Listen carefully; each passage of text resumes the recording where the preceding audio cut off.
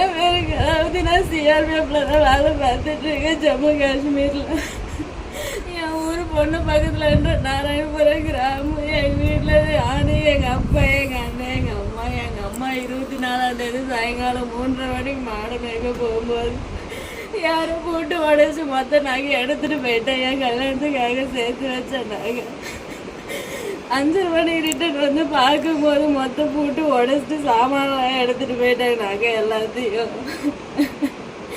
6 மணிக்கு எங்கள் அப்பா ஆடு மேய்ச்சிட்டு வந்து பார்க்கும்போது ஒரு நகையும் கூட இல்லைன்னு சொல்லிட்டு எங்கள் அப்பாவும் எங்கள் அம்மாவும் உட்காந்து ஓடாவிட்டு எங்கள் அண்ணன் வேலைக்கு போயிட்டு ரிட்டன் வந்து பார்க்கும்போது அவங்க அழுதுட்டு இருந்தது பார்த்து கேட்டுட்டு போலீஸ் ஸ்டேஷனில் போய் கம்ப்ளைண்ட் கொடுத்தா. ஜூன் மாதம் 24ஆம் தேதி நைட்டு.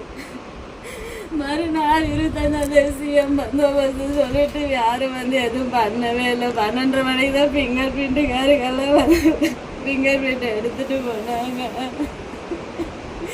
எஃப்ஐஆர் காப்பி கூட போடாமல் 28ஆம் தேதி தான் எஃப்ஐஆர் காப்பி போட்டு கொடுத்தாங்க. நான் எல்லா விதத்துலேயும் ட்ரை பண்ணி பார்த்துட்டேன். கேஸ் எந்த இடத்துல எதுவும் எடுக்க மாட்டேன்றாங்க.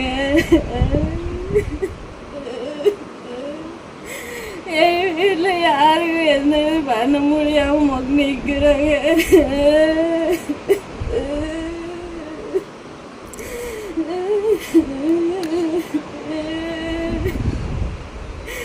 என் கல்யாணத்துக்காக சேர்த்து வச்ச மொத்தம் நகை 22 சவரன் நகையை பட்டு புடவை காசு 50,000 எடுத்துட்டு போயிட்டாங்க.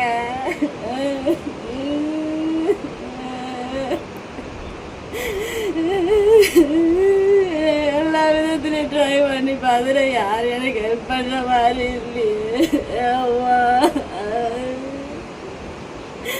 போச்சு எங்க நகை எல்லாமே போச்சு.